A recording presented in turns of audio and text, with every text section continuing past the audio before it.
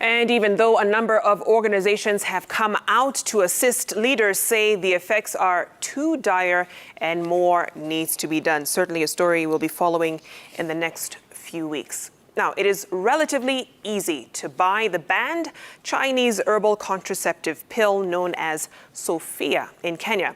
We embarked on a mission to find it, and despite a few challenges, finally got our hands on one.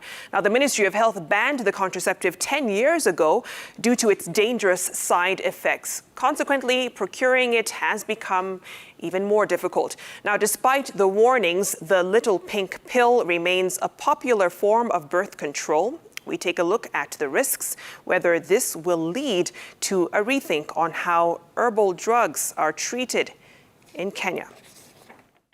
Stop popping banned Chinese contraceptive pill, read one headline. Why Kenyan women should not use Chinese herbal contraceptives, read another.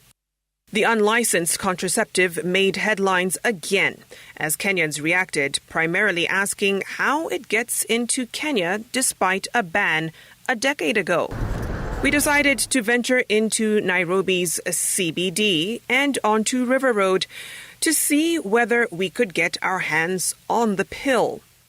Reluctant shopkeepers would turn us away and say they did not know what it was. Another said it was no longer available. One highlighted the recent news reports and was afraid of having her cover blown.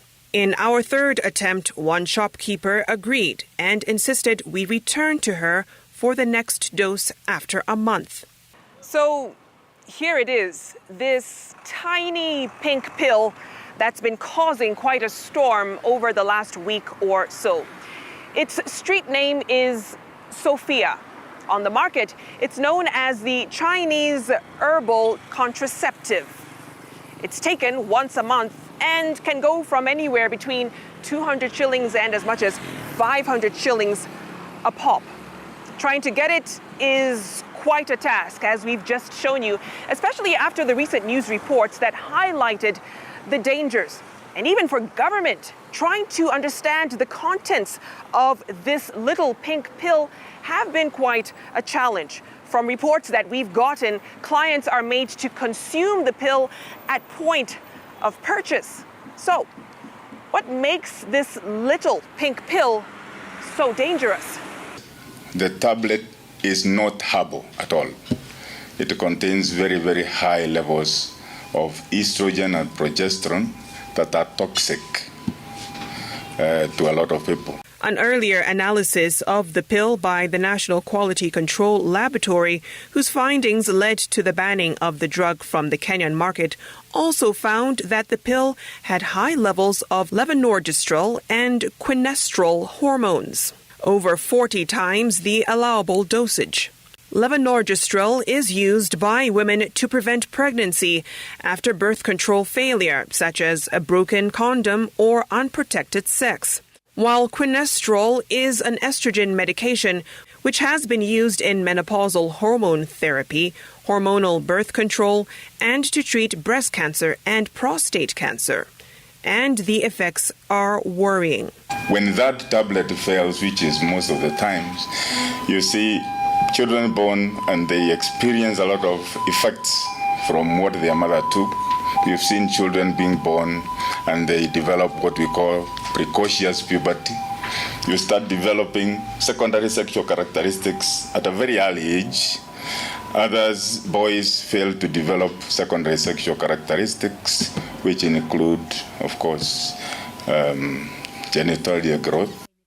Beyond the risks to the child, experts fear that the high levels of estrogen compressed into that once-a-month pill can do to the mother. Estrogen is always looked at as fertilizer for certain things. Breast cancer. People who have a high risk of breast cancer is why we don't even give them estrogen-based contraceptive, despite how small that dose is. We don't do that for people who have had blood clots. thromboembolism, people who have had deep vein thrombosis, because we know that estrogen does sort of promote clotting in the body. Dr. Bosire says though she has only seen the pill once, she has seen complications linked to it in patients she has treated in the past, from abnormal bleeding to thickening of the uterine lining, which increases the risk of getting endometrial cancer, or, put plainly, cancer of the inner lining of the uterus.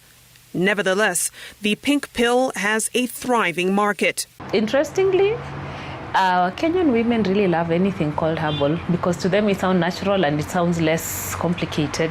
And we always must remember that our plants are chemical components. We can extract good things, we can also extract not so good things. Depends on what you want to do with it.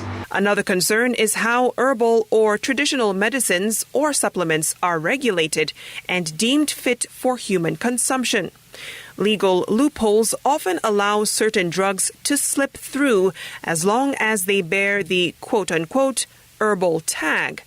There are commodities in the market that don't require prescription. So in the manner in which they are licensed is a bit more flexible, like supplements and all, because they're not specific for treatment. So because of that, we don't know whether that was the cracks that it fell through and first came into the market. Over a decade after it was banned, Sophia remains popular and in demand. What the Ministry of Health hopes, however, is the warning finally hits home this time.